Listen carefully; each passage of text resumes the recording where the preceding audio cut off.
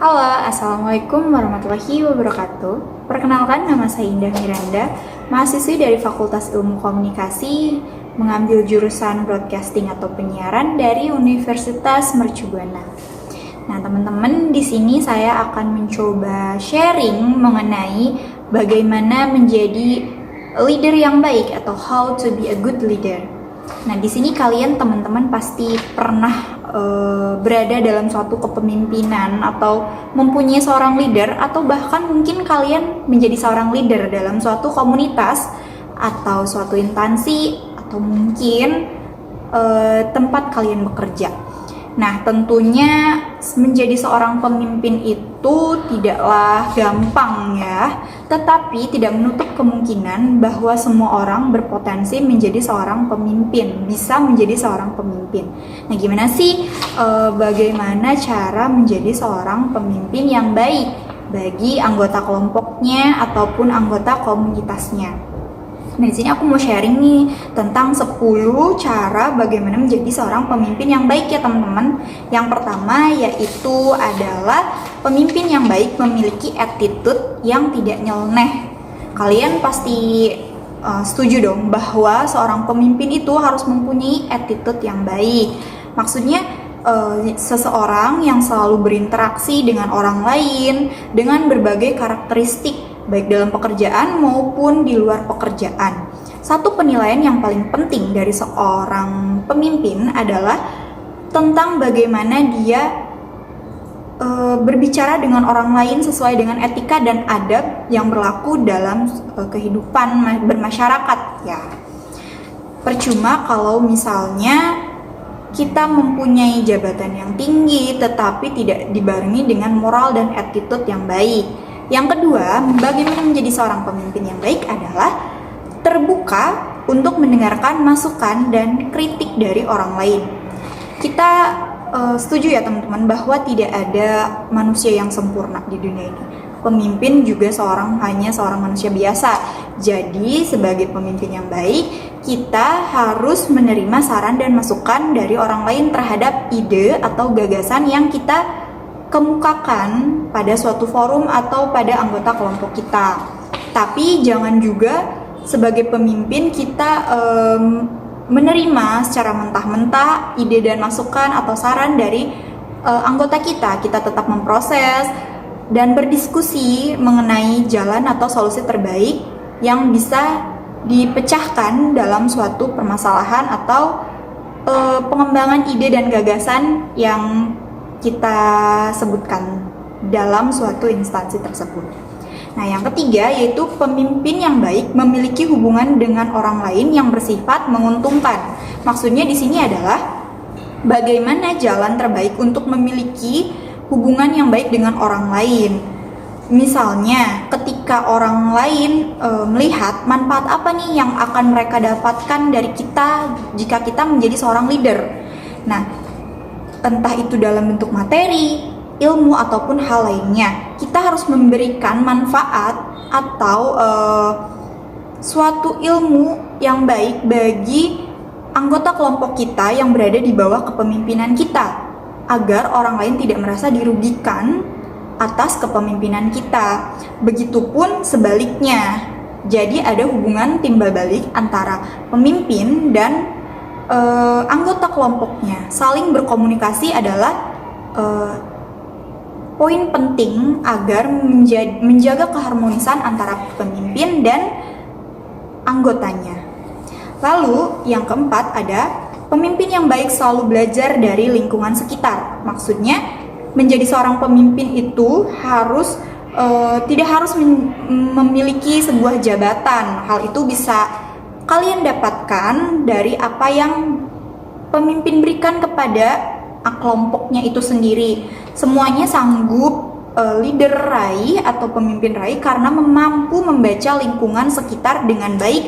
Dan satu lagi, balik lagi, karena berkomunikasinya itu baik antar sesama tim ya.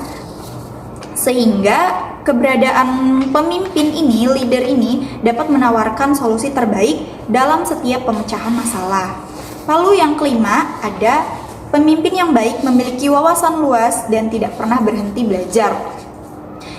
Kurangilah membaca buku hanya untuk berfokus pada bidang yang Anda geluti di dalam organisasi tersebut, dan terbukalah untuk membaca buku pengetahuan yang lain. Jadi, jangan hanya terpaku pada satu titik saja ya teman-teman. Kalian juga bisa misalnya mempelajari dari hal lain, seperti misalnya supaya ini wawasan Anda semakin luas ya. Sehingga setiap komunikasi yang terjadi antara Anda dengan orang lain akan selalu berjalan dengan baik. Semakin terbuka pikiran Anda dengan pengetahuan lainnya, semakin mudah Anda menemukan solusi untuk memecahkan suatu masalah. Lalu ada yang keenam, pemimpin yang baik terlihat menonjol dari orang lain. Maksudnya seperti apa? Semuanya akan bergerak begitu saja dan terlihat bahwa Anda sebagai leader ini pimpinan dalam kelompok tersebut tanpa harus memiliki jabatan yang tinggi. Kuncinya adalah jadilah orang yang selalu aktif dan terlihat bahwa Anda lah pemimpinnya, leadernya dalam kelompok tersebut. Seperti yang disebutkan dalam penelitian dari Center for Creative Leadership, suatu perusahaan ataupun organisasi akan selalu mencari individu unggul yang kolaboratif dan dapat diandalkan dalam tim untuk dijadikan sebagai pemimpin. Nah, lalu yang ketujuh, pemimpin yang baik tidak menutupi kesalahannya. Adanya keterbukaan dan transparansi antar sesama kelompok, antar sesama tim harus dilakukan, dan leader yang baik itu harus memiliki berjiwa besar yang sanggup menjadi pemimpin tentunya. Karena menjadi seorang pemimpin tidak semudah apa yang kita bayangkan ya teman-teman. Diperlukan mental yang kuat karena berani menanggung malu dan dosa pada setiap kesalahan yang telah dilakukannya. Orang lain, ini menjadikan orang lain akan menghormati kalian sebagai leader selaku pemimpin jika suatu saat terjadi masalah yang justru kalian tutupi sendiri dan melemparkannya kepada orang lain. Tentunya itu tidak baik ya.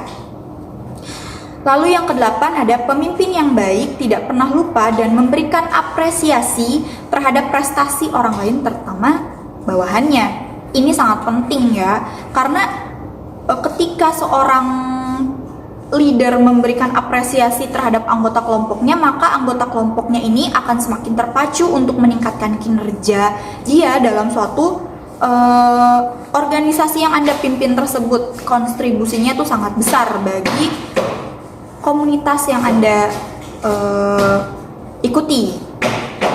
Setiap pujian yang dilontarkan oleh seorang pemimpin akan menjadi cambuk baik bagi siapapun untuk lebih semangat dan tentunya lebih solid, kompak dalam suatu organisasi atau kelompok, baik dalam keadaan baik ataupun keadaan buruk, sehingga kinerjanya ini akan selalu mengarah ke arah yang lebih positif. Lalu yang kesembilan, ada pemimpin yang baik memiliki kecerdasan emosional yang tinggi. Unik dan sedikit orang yang tahu bahwa menjadi seorang pemimpin bukan hanya menjadi orang yang paling pintar ya dalam berbagai bidang, bukan, tetapi pemimpin akan mendapatkan rasa hormat yang lebih tinggi jika mampu mengatur ritme emosi mereka, ritme emosi terhadap bawahan, baik dalam masalah pekerjaan maupun masalah kehidupan pribadi mereka. Jadi bukan sebagai seorang pemimpin yang emosi, mempunyai temperamental yang buruk. Sebagai leader yang baik, kita harus mampu mengatur emosi kita, bagaimana kita menghadapi suatu masalah atau kondisi yang misalnya dalam keadaan buruk maupun baik. Kita harus mengatur ritmenya supaya bawahan kita ini memiliki rasa hormat terhadap kita dan ya menghargai, seperti itu. Lalu yang terakhir adalah pemimpin yang baik jarang terlihat ragu. Suatu ketika nih, Anda sebagai pemimpin akan mendapatkan masalah dengan tingkat resiko yang tinggi. Nah, itu pelajari dulu nih tentang bagaimana nada berbicara dan bahasa tubuh agar tetap terlihat profesional dan tidak ragu dalam mengambil suatu keputusan. Nah, karena jika pemimpin atau leader terlihat ragu akan suatu keputusan, tentunya ini akan berakibat buruk bagi anggotanya karena melihat pemimpinnya saja ragu-ragu dalam mengambil suatu keputusan, apalagi untuk mengambil keputusan ya. Jadi akan mengurangi rasa ketidakpercayaan terhadap leader kita dari suatu anggota bawahan yang Anda pimpin begitu. Nah, itu teman-teman 10 tips bagaimana menjadi seorang leader yang baik menurut saya. Jadi kalau misalnya kalian ingin belajar menjadi seorang pemimpin atau kalian tiba-tiba ditunjuk menjadi seorang pemimpin, kalian bisa praktekin tips dari aku ya. Sekian, terima kasih. Wassalamualaikum warahmatullahi wabarakatuh.